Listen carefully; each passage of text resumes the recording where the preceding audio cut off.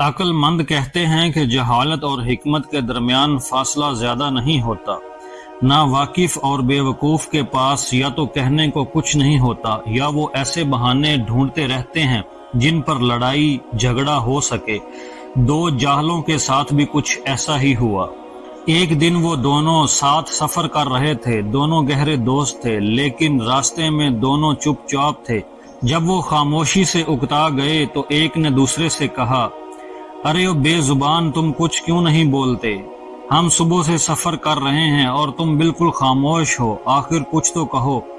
تمہاری چپ سے میری سانس پھنس رہی ہے۔ دوسرا جاہل بڑے غصے سے اسے دیکھ کر بولا، کیا میں نے تمہیں قبر میں دفنا دیا ہے جو کہہ رہے ہو کہ سانس پھنس رہی ہے؟ کب سے بندے بیٹھے ہو؟ اگر تمہیں کچھ کہنا ہے تو شائستگی سے بات کرو، ورنہ بہتر ہے کہ زبان بند رکھو۔ پہلا جاہل اپنے دوست کی بات سن کر تھوڑا ڈر گیا اور بولا، ارے نہیں، میرا مطلب صرف یہ تھا کہ ایک دوسرے کو مصروف رکھیں اور کچھ نہیں، ورنہ کوئی قصہ کہانی ہی سنا دو، ابھی کافی سفر باقی ہے، اگر تم بات کرو گے تو ہمارا سفر آسان ہو جائے گا۔ پھر وہ مایوسی سے بولا، میں بھی کتنا بے وقوف ہوں کہ تم جیسے آدمی سے امید لگا بیٹھا، تم بالکل خشک درخت کی طرح ہو جس کا نہ سایہ اور نہ کوئی فائدہ۔ اپنے دوست کی بات سن کر دوسرا جاہل بولا، بہت خوب، چلو تم شروع کرو، ایسا کرو اپنی کوئی خواہش بیان کرو، تمہیں اپنی زندگی میں کیا چاہیے؟ پہلا جاہل بولا، میری تو بہت سی خواہشات ہیں، میرا دل چاہتا ہے کہ میرے پاس بہت سی بھیڑ بکریاں ہوں اور جو اسی جنگل میں چرنے پھرنے لگیں، میں ان کا دودھ پیوں، ان کی کھال سے اون حاصل کروں اور گرم گرم کپڑے پہنوں، ان کے بہت سارے بچے ہوں جنہیں بیچ کر میں بہت سارا پیسہ کما سکوں تاکہ تم جیسے نادان کا کبھی احسان نہ اٹھانا پڑے۔ تمہاری کیا خواہش ہے؟ دوسرے نے کہا، تمہاری باتوں میں تو مکھن اور شہد ہے، میری بھی کچھ ایسی ہی خواہش ہے۔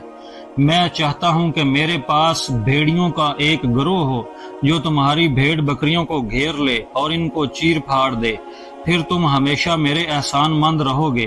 پہلے نے کہا، ارے میں نے تمہارا کیا بگاڑا ہے کہ تم نے ہاتھ دھو کے میری بھیڑ بکریوں کا پیچھا کرنا شروع کر دیا ہے؟ تم کتنے ظالم اور بے وقوف ہو۔ تم دوبارہ جاہل ہو کر بول رہے ہو، کیا تم مجھے بے وقوف سمجھتے ہو؟ اس سے زیادہ بری بات اور کیا ہو سکتی ہے کہ تم شروع سے ہی اتنے سارے بکریوں کے مالک بننا چاہتے ہو۔ خدا کرے کہ تمہارے پاس کچھ بھی نہ ہو۔ یہ سن کر پہلے نے کہا، جی میں چاہتا ہوں کہ تمہارا انجام برا ہو، اور سچ پوچھو تو تم میرے مکے کی ضرب سے بھی زیادہ دور نہیں ہو۔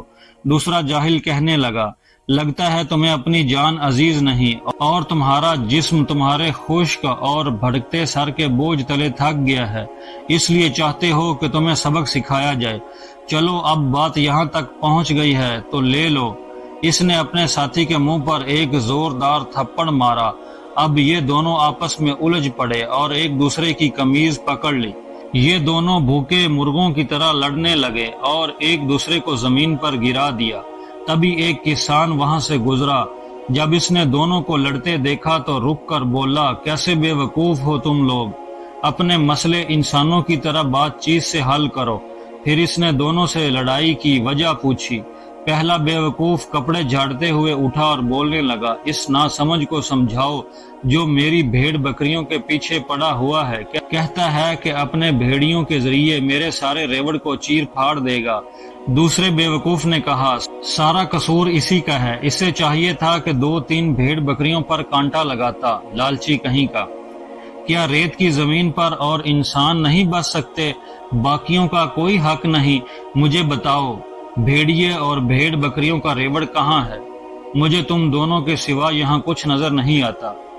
پہلے بے وقوف نے کہا، ارے نہیں، بھیڑیے اور ریوڑ یہاں نہیں ہیں، ہم تو ایک دوسرے کو اپنا منصوبہ بتا رہے ہیں، لیکن یہ جاہل میری خواہش کو بھی برداشت نہیں کر سکتا۔ دوسرے نے کہا، تمہیں خدا کا واسطہ اس کی حالت تو دیکھو، میرے بھیڑیوں نے ابھی اپنا کام شروع بھی نہیں کیا اور تم اپنے دوست کے دشمن بن بیٹھے ہو۔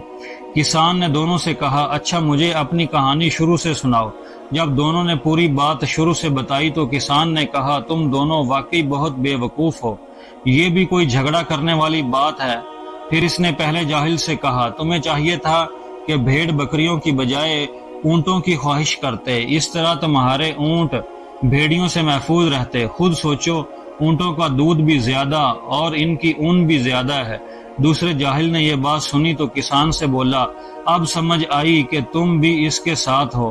اچھا، اگر ایسی بات ہے تو میں بھی اپنے بھیڑیوں کی طلب نہیں کروں گا، اب ہاتھیوں کی طلب کروں گا تاکہ وہ اس کے اونٹوں کو اپنے قدموں تلے روند ڈالے۔ کسان نے جب دوسرے جاہل کی بات سنی تو بولا، لو اسے دیکھو، یہ کم عقل لڑائی لڑنا چاہتا ہے۔ سنو بھائی، تمہیں معلوم نہیں کہ مجھے لڑائی کا کافی تجربہ ہے، میں تمہارے ہاتھی مار کر بھگا دوں گا۔ دوسرے جاہل نے کسان سے کہا، دیکھو تم بہت غلط کر رہے ہو، یہ لڑائی تو ہم دونوں دوستوں کے درمیان ہے، تمہاری نہیں، اور نہ ہی تم ہمیں جانتے ہو، تم ہمارے معاملے میں مداخلت کیوں کر رہے ہو؟ کسان نے کہا، جو میں کہہ رہا ہوں وہی درست ہے، اب اگر تم نے مجھے جواب دیا اور میری بات کاٹی تو میں تم جیسے لوگوں کو انسان بنانا جانتا ہوں۔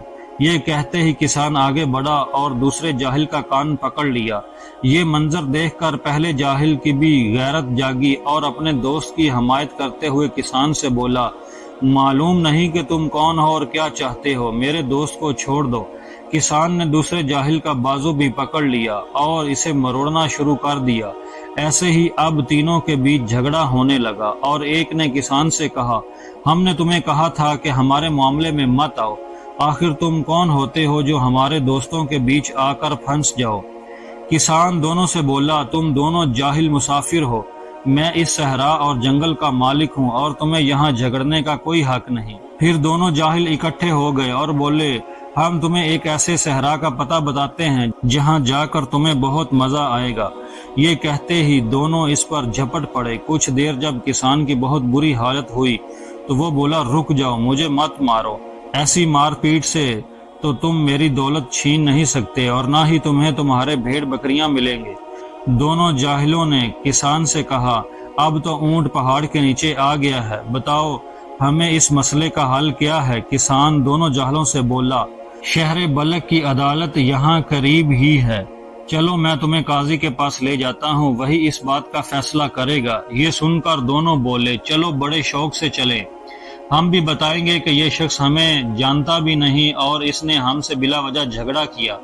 اب وہ تینوں قاضی کی عدالت کی طرف چل پڑے۔ جب وہ تینوں عدالت پہنچے تو تینوں نے شکایت کی۔ ایک نے کہا کہ اس نے مجھے مارا، دوسرے نے کہا پہلے اس نے مجھے مارا۔ قاضی نے تینوں کو روکا اور جھگڑے کی وجہ پوچھی۔ جب تینوں نے اپنی بات مکمل کر لی تو قاضی نے کہا، بہت اچھا، تم تینوں کے لیے بہتر ہوگا بھیڑ بکریاں اور باقی تمام جانور لے آؤ تاکہ میں کوئی فیصلہ کر سکوں۔ انہوں نے جواب دیا، بھیڑ بکریاں، اونٹ اور ہاتھی تو موجود نہیں ہیں، ہم تو صرف ان کی خواہش کر رہے تھے۔ پھر قاضی نے کہا، کسی چیز کی خواہش رکھنا کوئی بری بات تو نہیں، لیکن ہر کام کا حساب اور اندازہ ہوتا ہے، اور تم تینوں نے جھگڑا کیا چونکہ میں تم تینوں کو قید خانے بھیج رہا ہوں۔ اگر قید سے بچنا ہے تو تم سب اپنی اپنی ضمانت لے کر آؤ اور جانوروں کو حاضر کرو۔ یہ سن کر تینوں ایک دوسرے کے چہرے دیکھنے لگے اور ایک ساتھ بولے، قاضی صاحب آپ ہمیں قید خانے میں کیوں ڈال رہے ہیں؟ اب ہم جانور کہاں سے لائیں گے؟ قاضی ان کی باتوں پر غصے میں آ گیا اور بولا، شاید تم لوگ سمجھتے ہو کہ قید خانے میں مفت روٹی ملے گی، یہ سب اتنا آسان نہیں ہے۔ پھر قاضی نے چالاکی سے انہیں ایک آزمائش میں ڈال دیا اور بولا، جو بھی تم میں سے یہ ثابت کرے گا وہ سب سے زیادہ سمجھدار ہے اور اسے چھوڑ دیا جائے گا۔ یہ سن کر تینوں کے چہروں پر دوبارہ مسکراہٹ آ گئی۔ اب وہ تینوں ایک دوسرے کی کمزوریوں کو گن گن کر یہ ثابت کرنے لگے کہ وہی سب سے زیادہ سمجھدار ہے۔ مگر کیا ہوتا، جلد ہی وہ تینوں دوبارہ لڑ پڑے۔ نتیجہ یہ نکلا کہ قاضی ان کی بے وقوفیوں سے تنگ آ کر بولا، تم تینوں نے تو میرا سر چکرا دیا ہے، بہتر یہ ہوگا کہ تم خود ہی ایک دوسرے کی ضمانت بن جاؤ اور جا کر اپنے جانور تلاش کرو تاکہ میں کوئی فیصلہ کر سکوں۔ تینوں نادانوں نے سمجھا کہ اصل بات یہی ہے کہ ہم ایک دوسرے کی ضمانت بن جائیں، لہٰذا انہوں نے ایسا ہی کیا اور اپنے جانور تلاش کرنے نکل پڑے۔ وہ دن اور آج کا دن، نہ انہیں جانور ملے اور نہ ہی ان کی آرزو اور مراد پوری ہوئی۔ ہاں، عدالت سے نکلتے ہی وہ پھر سے لڑنے لگے۔ سچ کہتے ہیں کہ عقل اور تدبیر انسان کو کسی مقصد تک نہیں پہنچاتے۔ دوستو، امید ہے کہ آپ کو یہ کہانی پسند آئی ہوگی۔ ویڈیو کو لائک شیئر ضرور کریں اور کمنٹس میں اپنی رائے کا اظہار کریں۔ اور ہمارے چینل کو بھی سبسکرائب کر لیں۔